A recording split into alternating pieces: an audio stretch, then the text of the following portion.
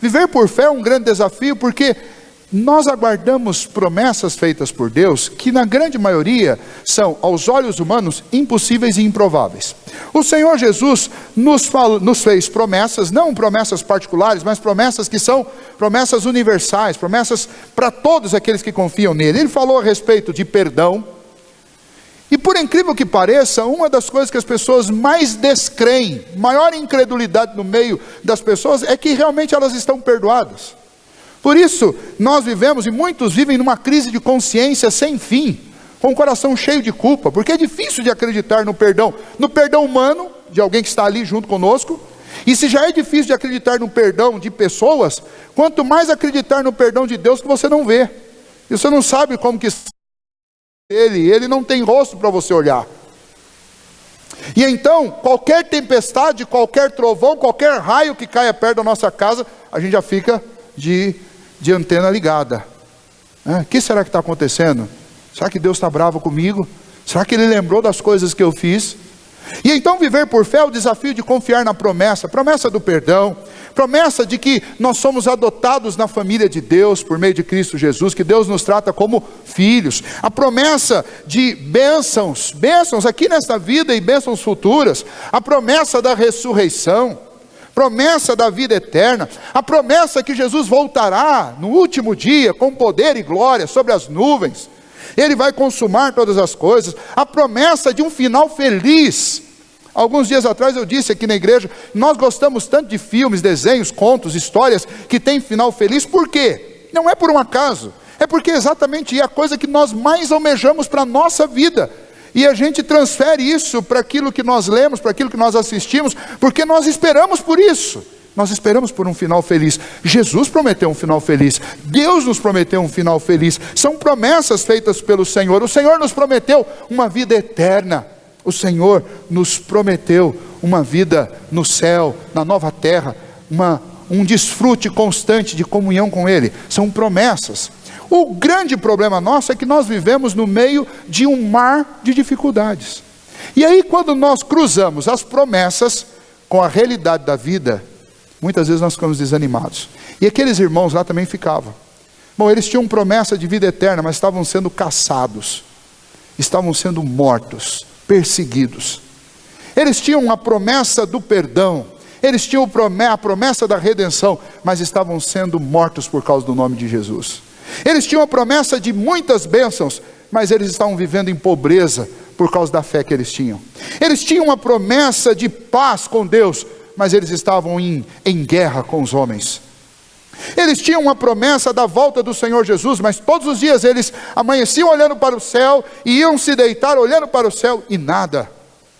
E então isto acabava gerando algum tipo de desânimo diante deles.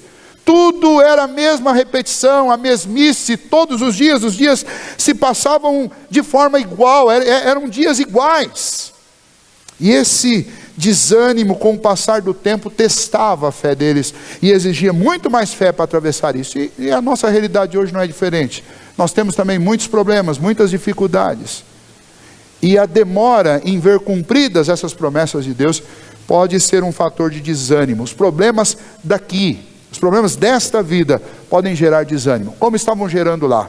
Por causa disso, o autor então da carta aos Hebreus vai mostrar para esses irmãos 5 episódios na vida de Abraão, especialmente 5 episódios neste trecho que nós lemos, na vida de Abraão, que mostram como Abraão lidou com estes problemas aqui, que são um teste para a nossa fé, para a nossa confiança no Senhor, a nossa dependência de Deus. Ele vai mostrar estes episódios, que são episódios que provaram Abraão. Abraão é considerado na Bíblia como o pai da fé. E então, nada melhor do que gastar um bom tempo olhando para o pai da fé, o que ele faz aqui nesta primeira parte do capítulo 11, gastar um bom tempo olhando para o pai da fé, para ver como ele lidou com essas questões. Abraão não era um homem sem defeitos, não era um homem perfeito, era um homem sujeito às mesmas dificuldades que nós temos. Mas Deus encheu o coração deste homem de fé, e à medida que Deus colocou fé no coração dele, tudo mudou ao seu redor. E ele passou a ter uma nova maneira, uma nova perspectiva para encarar as dificuldades. É o que eu espero que o Senhor nos faça aprender com ele nesta noite. Os 5 episódios eu quero citar. O primeiro deles está aí no versículo 8. Foi o chamado de Abraão. Naquela época, quando ele foi chamado, lá em Gênesis, o nome dele ainda era Abrão. E Abrão não era um homem temente a Deus. Abrão não era filho de um patriarca. Aliás, ele será o primeiro grande patriarca. Abrão era um caldeu. Ele era um caldeu. E era pagão. Ele era um pagão. Ele era idólatra. Alguns têm sugerido, até por causa do nome dele, que o nome dele significa na língua hebraica exatamente aquele que olha para os céus, ou aquele que está voltado para os céus. E alguns sugerem então que Abraão era um astrólogo. Ele buscava adivinhar o futuro através da observação dos astros. Então, muito longe de ser um homem temente a Deus, era um homem que colocava a sua expectativa na sorte, nestes misticismos que não tem nenhum tipo de relação com o nosso Deus. Mas isso é apenas uma sugestão, nós temos provas sobre isso. Apenas por causa do nome dele, alguns pensam que ele vivia disso. O fato é que ele vivia na região da Suméria, Ur dos caldeus, a região da Suméria, naquela época uma região muito próspera. E ao que nós percebemos ao ler Gênesis, Abraão, além de ser um caldeu, um pagão, idólatra, ele vinha de uma família que tinha muitas posses, muita condição, estava numa região próspera, e então ele não tinha nenhum motivo para sair de lá. Mas em algum momento da trajetória dele, Deus aparece para ele. A Bíblia não detalha como é que foi isso, mas o fato é que Deus aparece para Abraão e diz para ele: sai da tua terra, sai do meio da tua parentela e vai para uma terra que eu vou te mostrar, uma terra que será sua. Deus lhe faz promessas, Deus lhe promete uma terra, Deus lhe promete uma descendência. Ele já é um homem de 65 anos de idade, sua esposa Sarai, um pouco mais nova, mas ambos não tinham filhos. Ele, provavelmente por sua idade, e ela por ser estéril, mas Deus lhe promete uma terra, Deus lhe promete uma grande descendência, Deus lhe promete que ele será abençoado, e através de um dos seus descendentes, todas as nações serão abençoadas. E é uma referência clara ao Messias, que viria através de um dos seus descendentes. Deus faz essas promessas, Deus chama Abraão e Deus lhe faz promessas. Então o que nós temos aqui? Nós temos um homem pagão, nós temos um caldeu, um idólatra, nós temos um homem que morava numa região próspera, que não tinha nenhum motivo para sair de sua terra, mas um homem que teve a vida impactada por uma revelação de Deus. Deus se revelou a ele, e Deus o chamou, e Deus lhe deu uma ordem, Deus lhe fez um desafio, uma proposta, e Deus lhe fez promessas. O que Abraão fez? Bom, uma vez que Deus se revelou a ele, Deus colocou fé no coração dele, e Abraão, sem discutir, ele creu em Deus. Ele acreditou no Senhor, e sem conhecer os detalhes para onde ele iria, ele saiu, como Deus havia dito: sai. E ele saiu. Sai da tua terra, ele saiu da terra. Sai do meio dos teus parentes, e ele saiu. Ele confiou em Deus, ele obedeceu a Deus sem saber os detalhes da onde o Senhor o estava levando. Quantos de nós seríamos capazes de fazer algo assim? Aliás, sem fé em Deus, alguém é capaz de fazer isso? De sair, de abandonar tudo e de seguir sem um mapa, sem uma diretriz, sem um detalhe, sem alguma especificação do lugar para onde você vai. Este homem simplesmente obedeceu. Deus disse: vai, e ele foi. Deus disse: eu estou te fazendo umas promessas, eu vou te dar isso, isso, isso, e ele creu, e ele foi.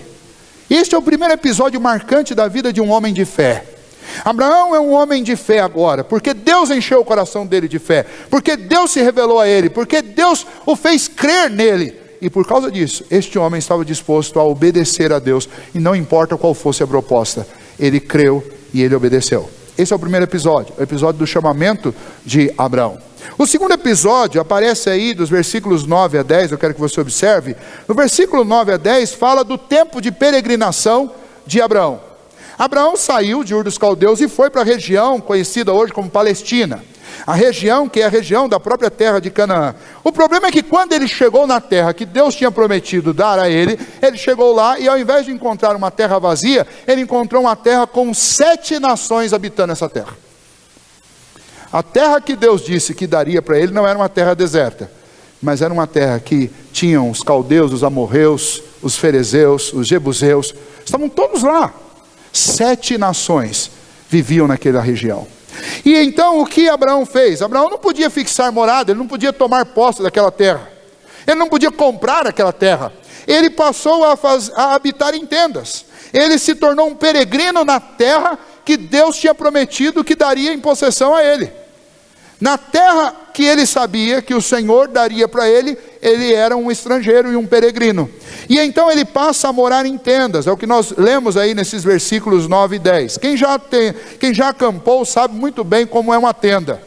Você arma a tenda e torce para não ventar, torce para não chover, porque é muito difícil você ficar intacto debaixo de uma tenda quando vêm as tempestades, vêm as dificuldades. E então estes homens peregrinos, como Abraão, que moraram em tendas, eles armavam suas tendas em alguma região, ficavam ali durante dias, semanas, meses, talvez até anos, e os recursos daquela região se exauriam e eles tinham que mudar, ou por algum outro motivo eles tinham que sair dali. Faziam, embrulhavam, desmanchavam suas tendas, embrulhavam, colocavam em cima do camelo, caminhavam mais um pouco, chegavam no outro lugar, armava tudo de novo e ficava ali mais um tempo. E a vida era assim, não tinha uma cidade, não tinha um lugar propriamente para chamar de seu. E então Abraão viveu nessa conjectura, viveu nesse estado durante muito tempo.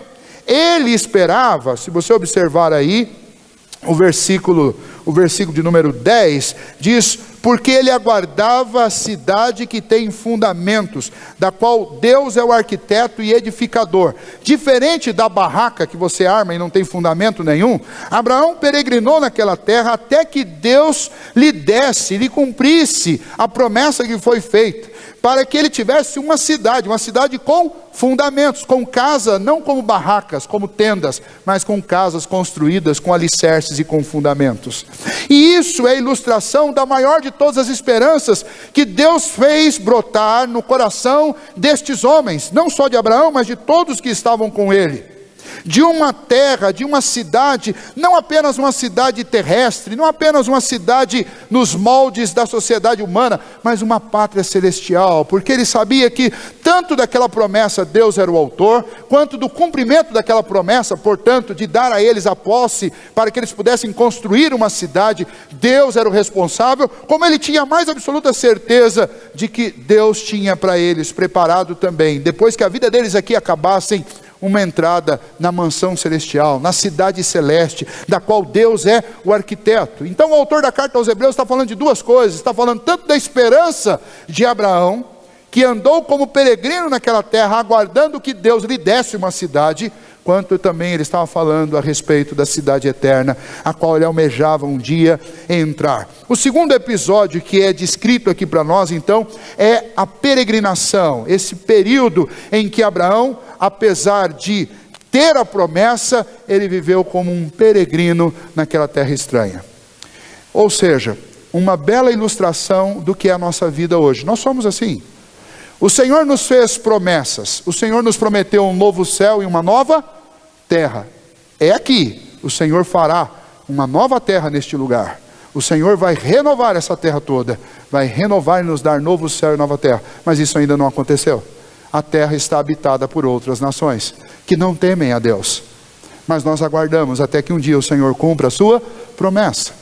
Por isso que nós vivemos como peregrinos, nós temos hinos nos nossos hinários que nos descrevem como peregrinos em terra estrangeira, em terra estranha.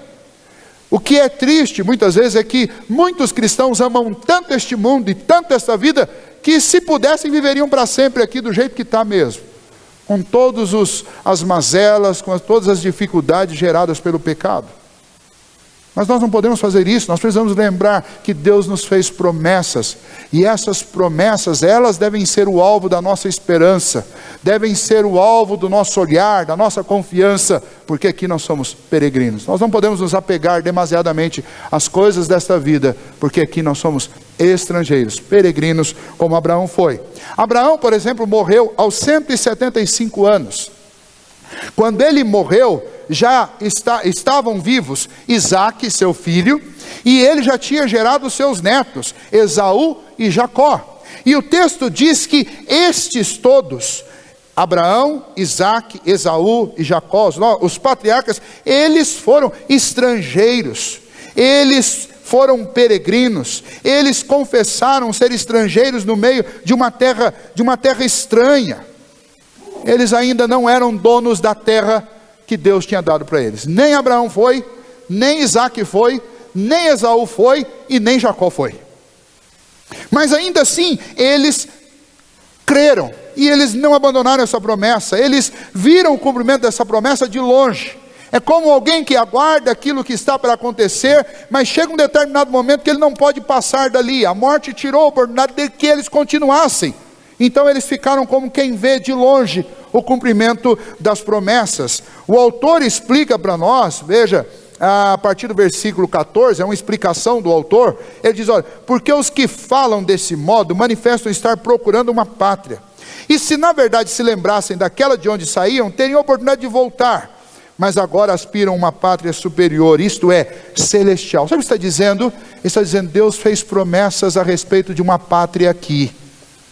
Mas nesse processo de caminhar com Deus e peregrinar com o Senhor, chegou um determinado momento que a maior preocupação deles não era se tornarem de fato donos, proprietários daquela terra ali. Porque ao caminhar com Deus, durante todo aquele tempo, eles começaram a aspirar a uma pátria superior. Ou seja, eles não morreram tristes porque ainda não eram donos da Palestina. Eles morreram felizes porque sabiam que por meio do Senhor, eles agora eram proprietários de uma pátria celestial. E é assim que Deus faz as coisas na vida daqueles que creem.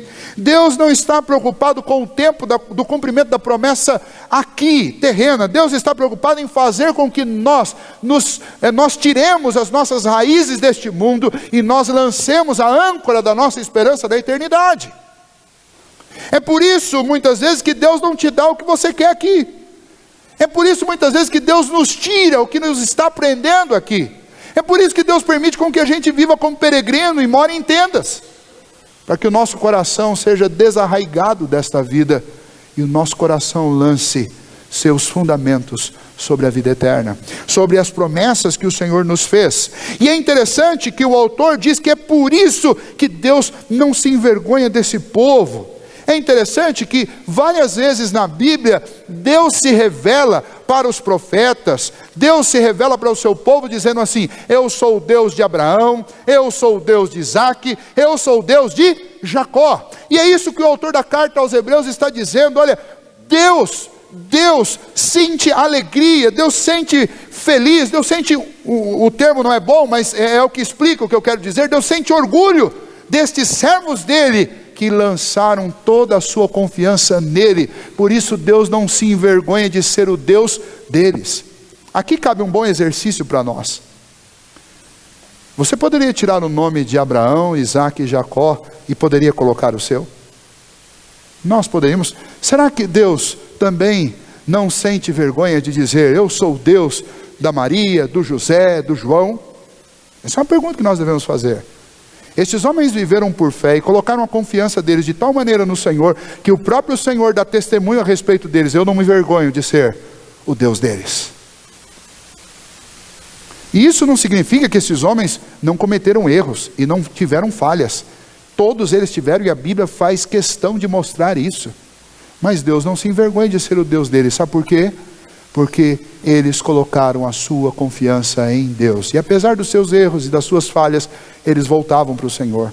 Eles descansavam no Senhor. E eles aguardavam as promessas do Senhor. Viver por fé é dar um testemunho. É dar um testemunho de que realmente a sua expectativa está lançada sobre o Senhor.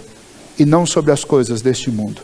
Não sobre os poderes deste mundo, mas no Senhor. Estes 5 episódios são usados pelo nosso autor aqui, o autor da carta aos Hebreus, para mostrar aos irmãos a respeito, mostrar a fé da qual ele está falando e falar que é necessário que nós vivamos com esta fé para enfrentar os grandes desafios da vida.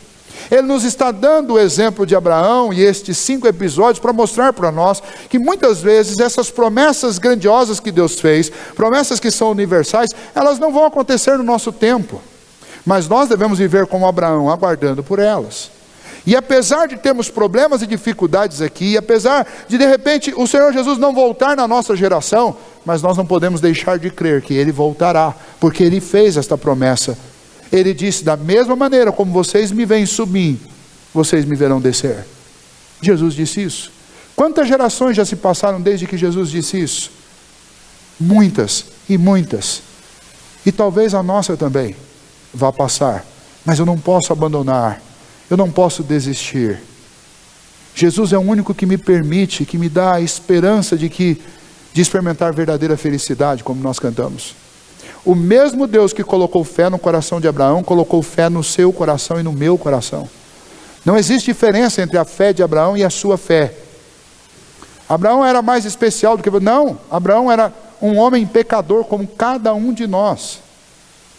E quem colocou fé no coração dele foi Deus, e quem colocou fé no nosso coração também foi Deus. O que nós aprendemos com Abraão é que esta fé, que é dom de Deus, esta fé, que é a fé salvadora, produz obediência. Quem tem fé, obedece.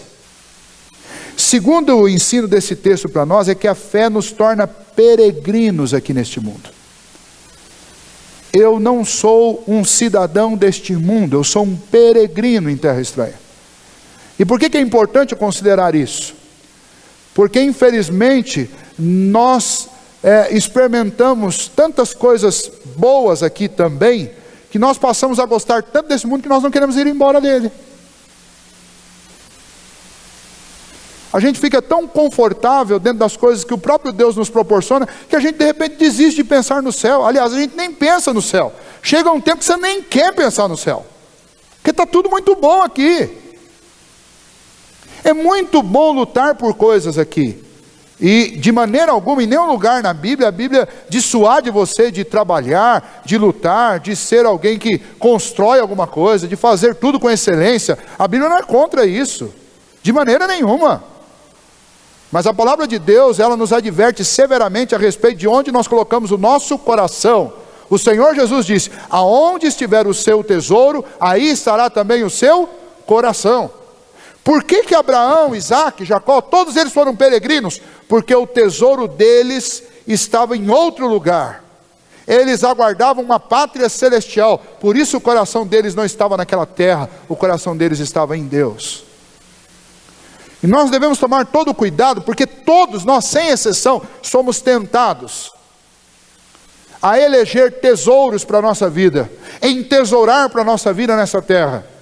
Por isso eu devo lembrar e devo notificar a minha alma todos os dias que aqui eu sou peregrino. Eu não posso me iludir com as coisas deste mundo.